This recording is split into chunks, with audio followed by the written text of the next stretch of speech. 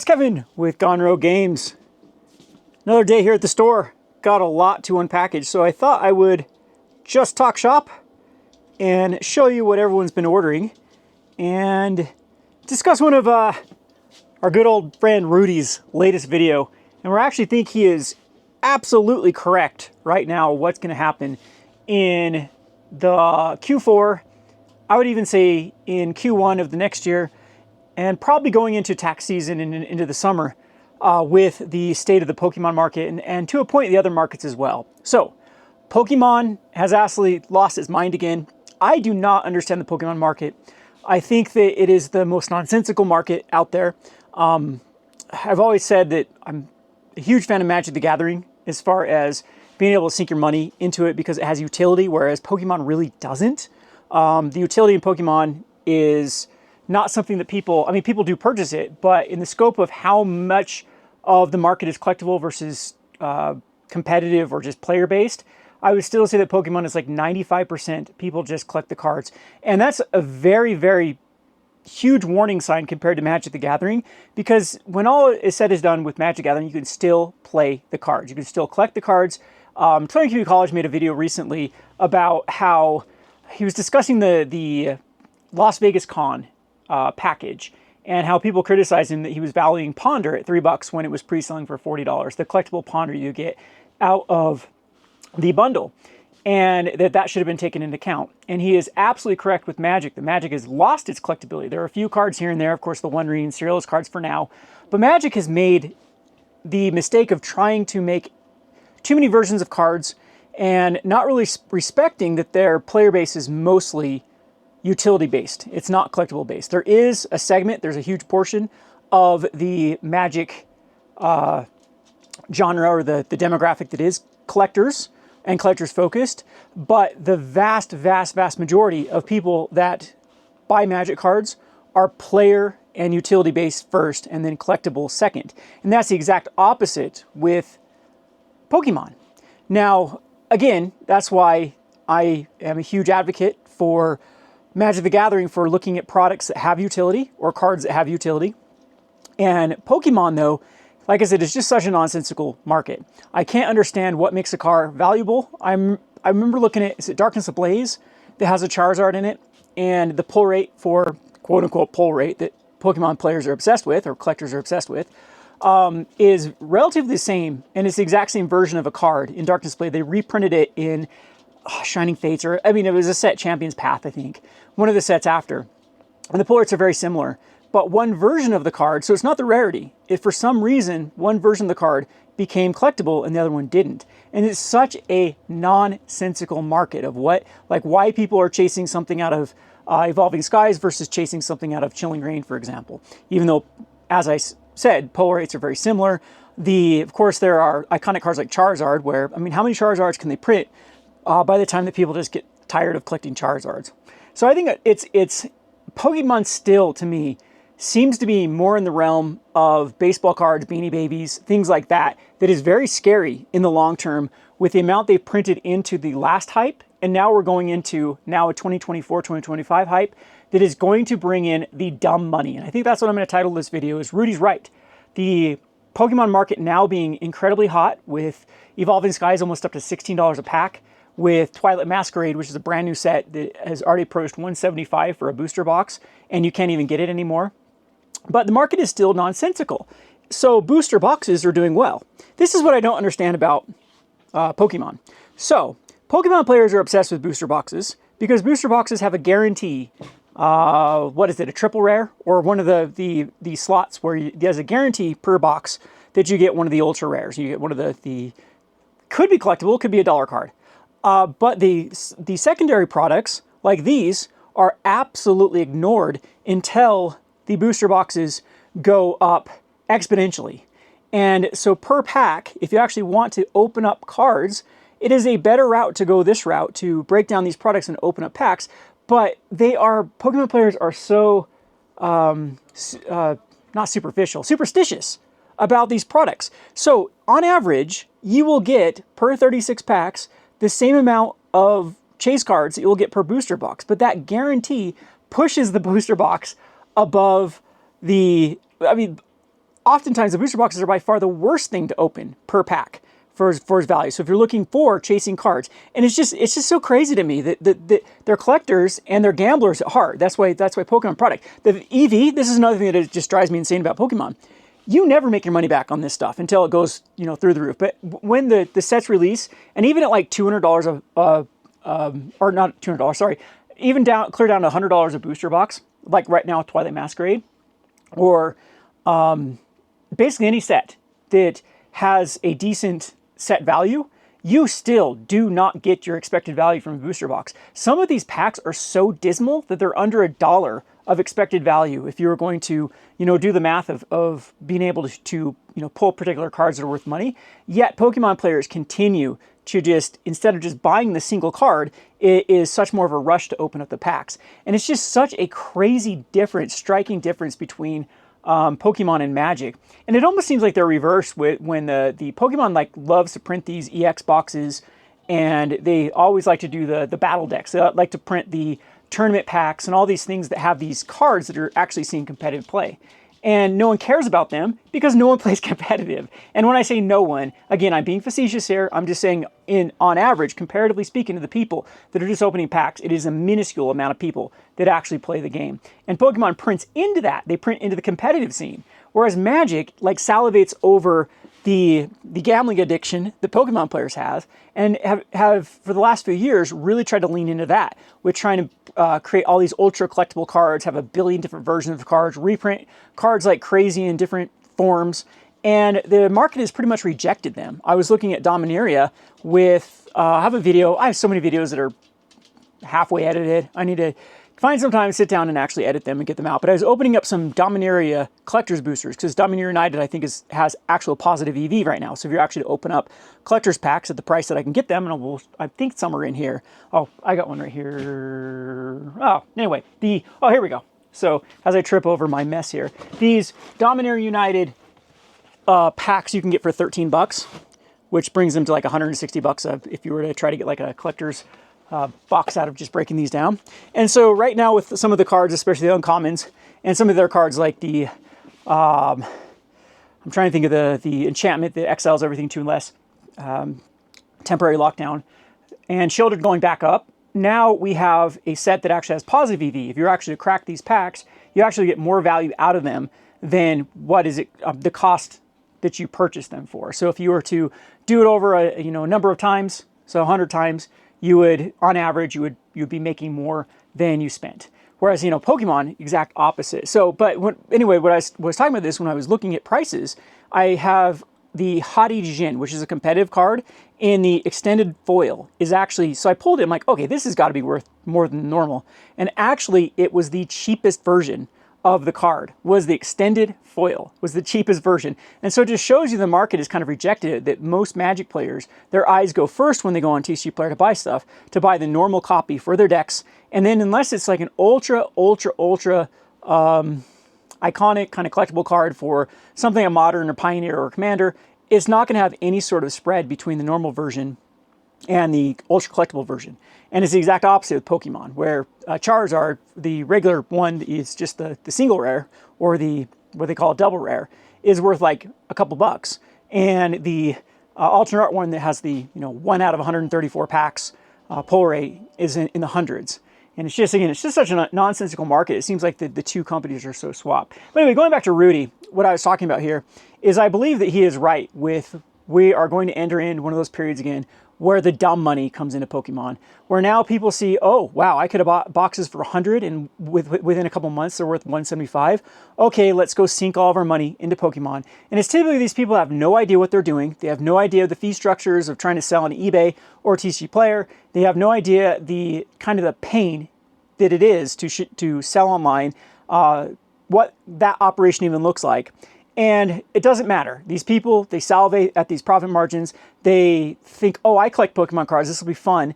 And it just dumps so much money into it that then I'm hoping that it doesn't cause Pokemon to then go into an out of control printing of these latest sets, because they've cut back some of their print run numbers, and especially booster boxes. Those things have been cut back from their height of, I believe the most printed set of all time, was it Brilliant Stars? I think it's one of those around that era was like the height of Pokemon printing.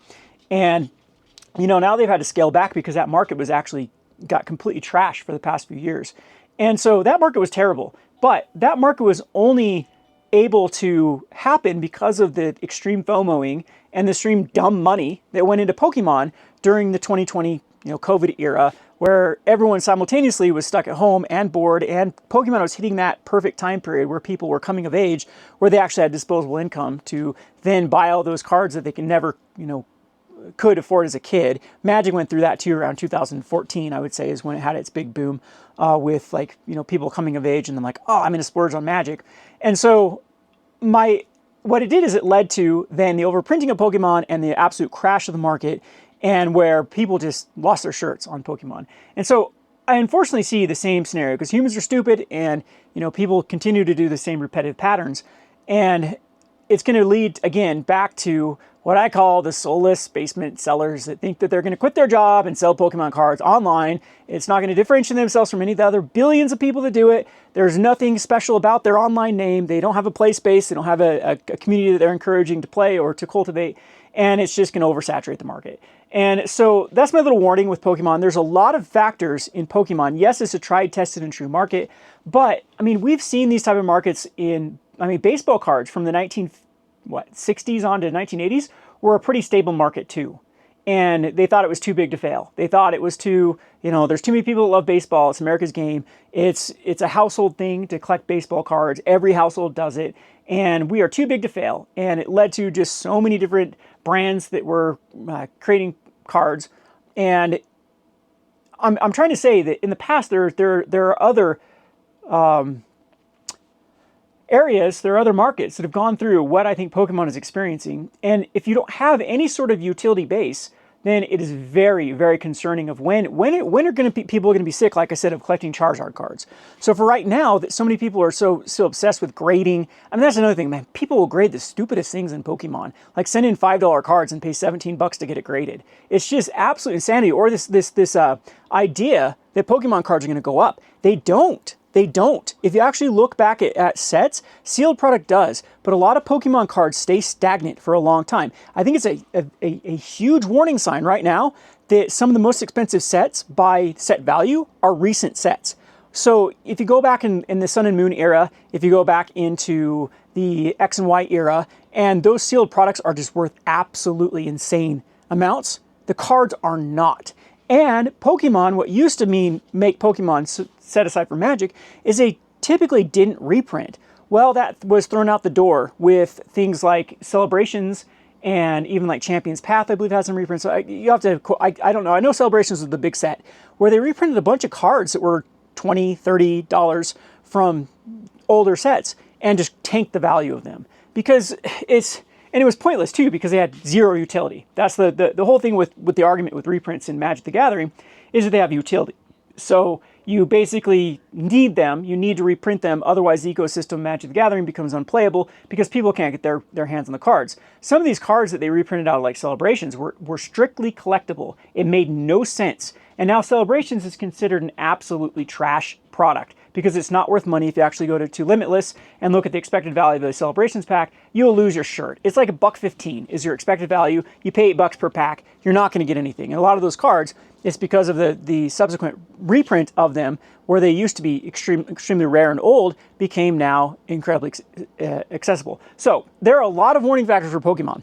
Now, again, I think you should sell into the bubble, but this is starting to look like a bubble to me. Not like a bull market, this is starting to look like a bubble, where all the FOMOing is all collapsing at once.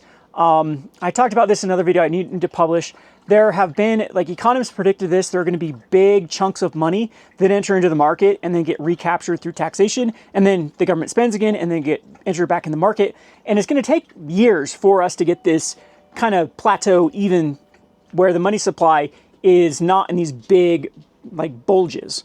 And so I'm predicting that we're going to go through a lot of bull and bear markets in a row with these collectibles, because collectibles have a huge correlation with how much money supply is available for people to actually spend on things. So be very careful going into this Pokemon market. I have seen a huge tick in people wanting to order Pokemon from me. And typically, those are the type of people that are just looking to resell. They don't play the game.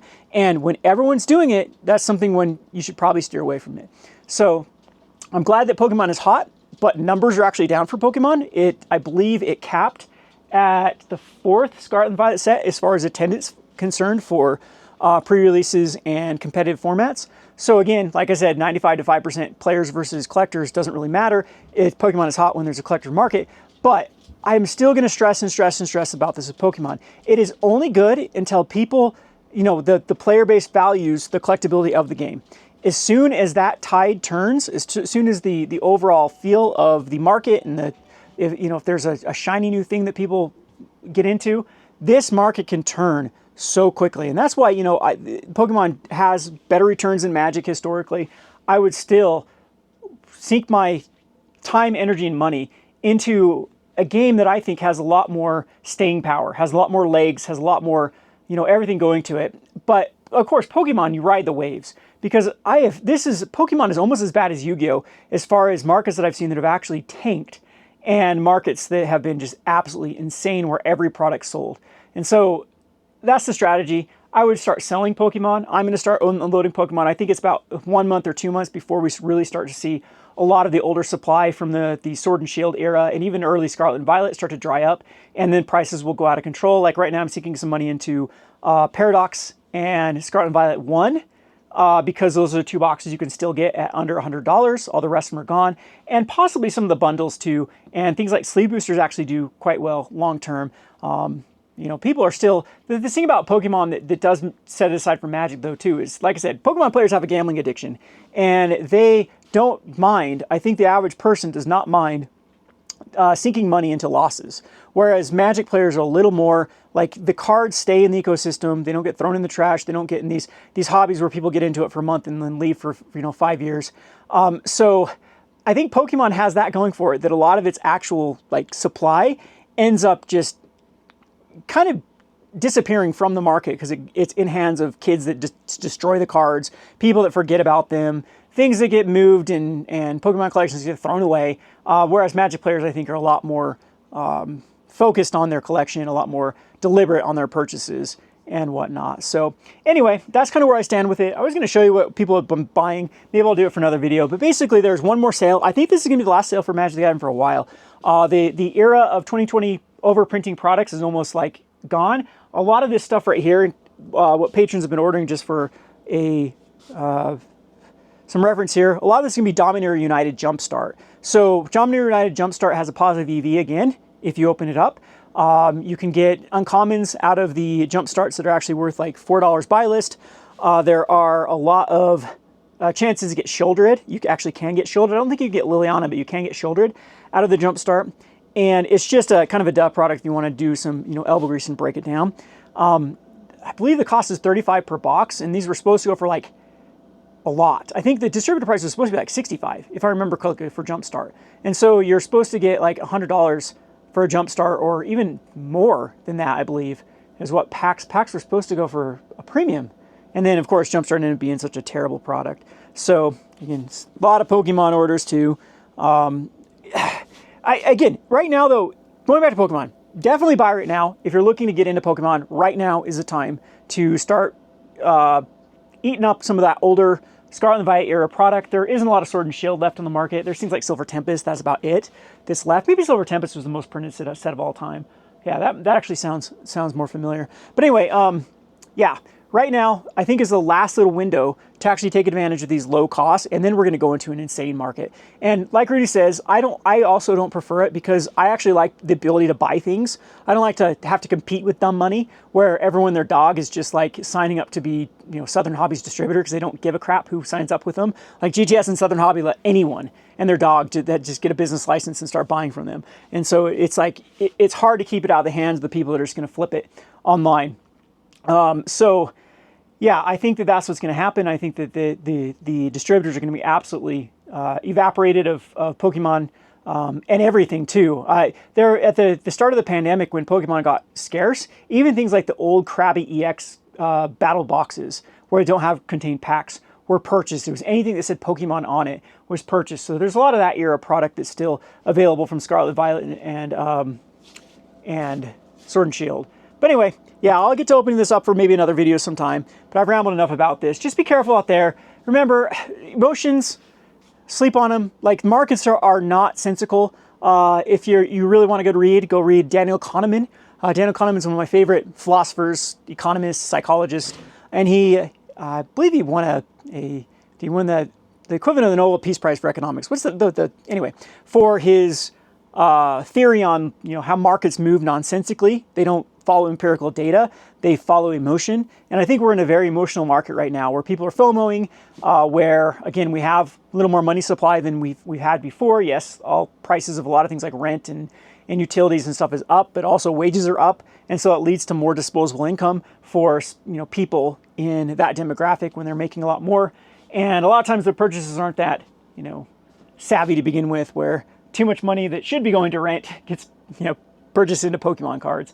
But anyway, I hope you enjoyed this discussion. We'll check back in a couple days with some more videos. Maybe I'll get some other videos published. I got a lot, like I said, on the back burner. I need to find some time to sit down. As you see, my store is an absolute disaster because I've just had orders and orders and orders and orders of things that go out. So I need to find a better way to streamline this so I'm not like running myself ragged. But anyway, hope you enjoyed this video. Kevin with Gonro Games. I think we had 3,000 subscribers too. We'll have to do a 3,000 subscriber celebration sometime. Maybe Zach will have to make me a cake. Thanks for watching.